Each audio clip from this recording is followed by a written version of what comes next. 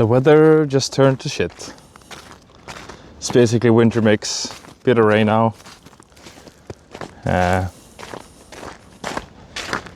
So the crispy nice winter weather is probably over for this year. It's been really cold for a long while, and now it's just starting to warm up.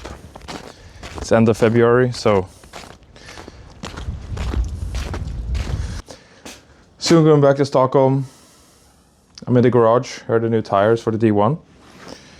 They look really good. Right now, I am working on the brakes. So I removed the brakes from the car. Just remove the fronts there.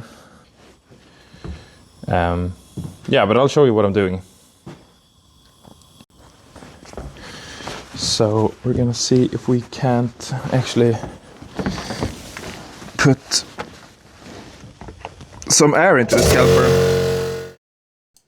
Hi, I couldn't let you guys listen to the compressor running over my voice in this clip. But what I'm saying is when you're using compressed air, be very mindful of where you put your fingers, because they will basically crush your fingers if you put them in there and you use compressed air and the piston shoots out with force. It's a huge force multiplier.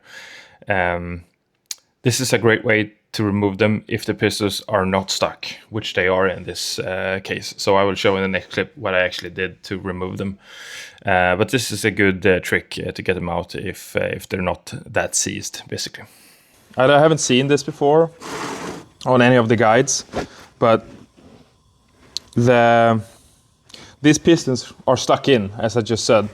And to get them out, I actually weld on a piece of steel, and this is actually flat from the beginning. A 3mm plate, so not that thin, so it has some rigidity to it. You can easily go thicker as well.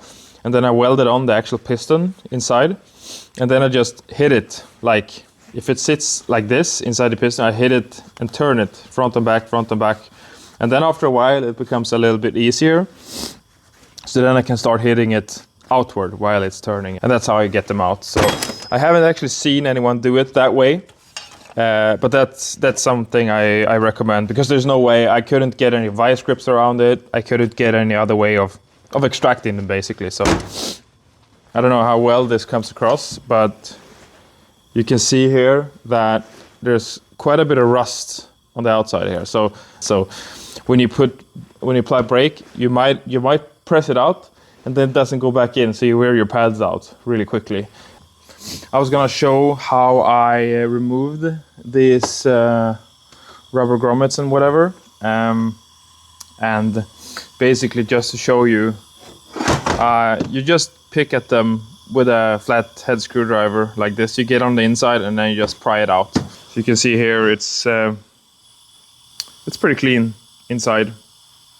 It's definitely good to rebuild. I just hit them with a wire wheel to remove all the dirt and excess rust.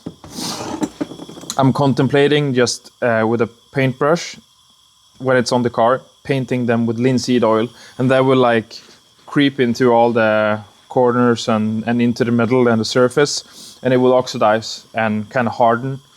That will prevent at least the outside from being super rusty. So I'm a firm believer in that old steel that was manufactured a long time ago usually holds higher quality. That's what I found in bolts and fittings, and also general spare parts. They last longer if they're made a long time ago, basically, because they just had better steel, it seems. Yeah, so right now I'm about to have a baby, the second one. So we're gonna have 2 kids under 2 years old. So that's gonna be fun and challenging. But so I don't know when the next car update's gonna be. Probably like in a month or something. And I haven't actually documented this car in video form before. So I thought I'd start now before it's too late, and you can see some progress, because it's been 2 years since I got this car. Basically the whole car is rusted. So all of this into here, and also the whole wheel, like the footwell here is replaced. This whole section is replaced on both sides. Around here, it was barely hanging together. So it's been strapped up to the roof to hold its weight so it doesn't collapse on itself. And it's had metal structures put inside the cabin to not make it not collapse, basically. And the whole archway, like inside as well here, the whole inner lining and everything has been replaced or rebuilt. Some of it is prefabricated. Some of it is built from scratch, basically. So, yeah. So, gonna try to make this channel be a little bit more alive and more up to date on what I do.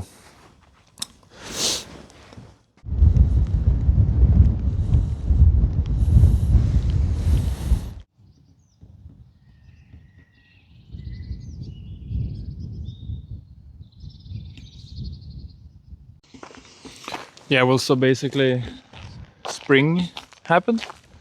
Spring is here and the baby is here, and finally back at the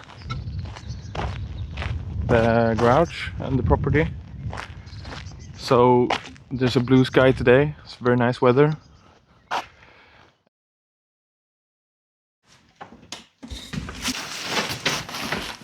Yeah. Okay, so we got the package here. To show you, I got some new control arms, $40 each with all the hardware, like the bolts and stuff. So super happy with those. We got some brake caliper hardware for the front.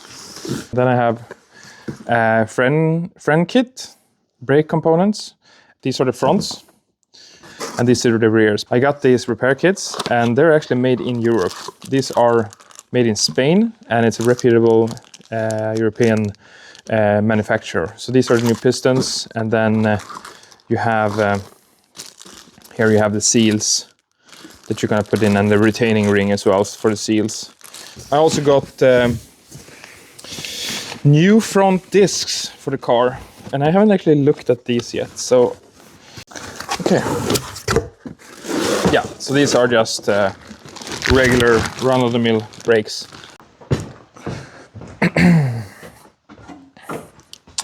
So I'm thinking I'm gonna start easy and start with the rear brake. Get some brake clean. This is gonna look so cool when they're all mounted up.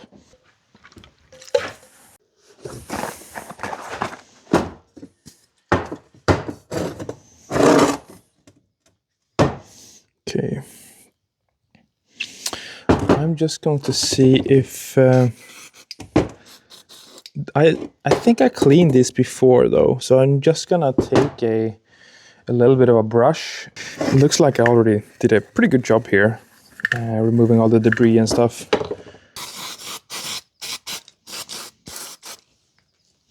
Can't live without brake clean. So I'm just gonna grab a rag and see what we're dealing with. If it's like proper, no, yeah, it comes off right away. It's actually not even like on the metal surface. It's just a deposit on top. This is the outer ring here, and this is the one you wanna. That's gonna be prone to rusting because it's more out in elements. So yeah, there is a bit of rust left there. So I'm just scraping off with a knife and polishing that out with some brake clean on top. So just to make sure that it's gonna seat properly, because that's what you want. You know, you don't want it coming loose when you're out and about, because that will ruin your inner seal quite quickly if the scraper isn't working properly. Okay.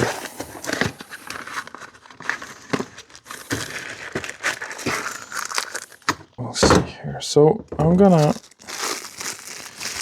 so there's a bunch of rings in here, so we're gonna have to decipher what they all do. Clearly there are 2 thicker ones and 2 thinner ones.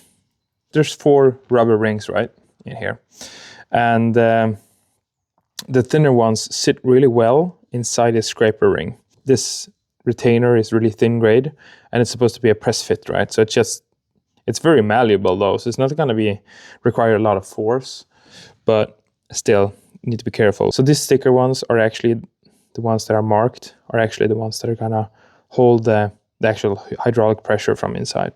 So what I think we're going to do is we're going to try to do the old, like you fold it inwards on itself like this. This is the way I put O-rings in, like this. And then the circumference is smaller, right? And then you just make it large again, right? So that's how you do it usually. So sorry if I'm in the way, but that took some precision. Seat the bottom in here. Let's see if we can do that on camera. You might not see any of this, but the seal is in, so now it's time for the retaining ring. It seems like this inner ring is gonna be somewhat like squeezed, because it actually sits a bit proud over the metal ring, so it's gonna be like pretty squeezed in there, it seems. Now the retaining and the scraping ring is all in place, right? As you can see, it's right there.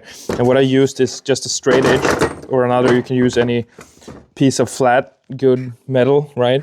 And you can just press down on the, oh, there, it actually seated properly right there, as you heard. So like that, and then you make sure it still sits a bit somewhat proud, right, around the surface.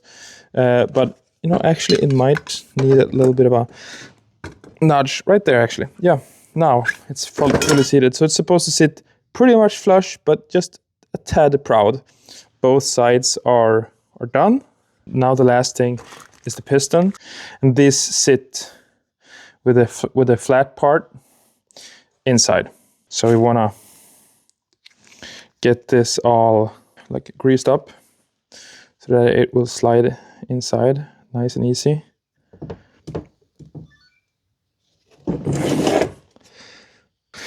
Yep, there we go. It was. So now it's pushed in, all the way in. So that is perfect. That's exactly what we want to see.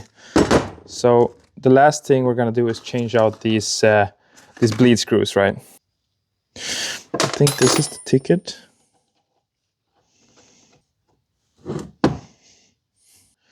Out, so just put that on there. So this is ready to go back on the car now. So that's awesome. We got one done, and I'm just gonna keep on going with the rest, and I'll catch you later. You can see here, these are complete.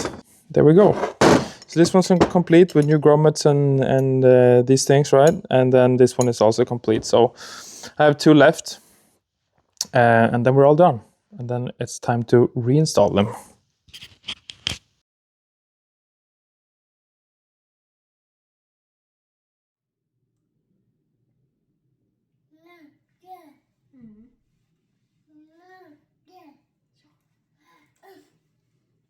Kan du se båt?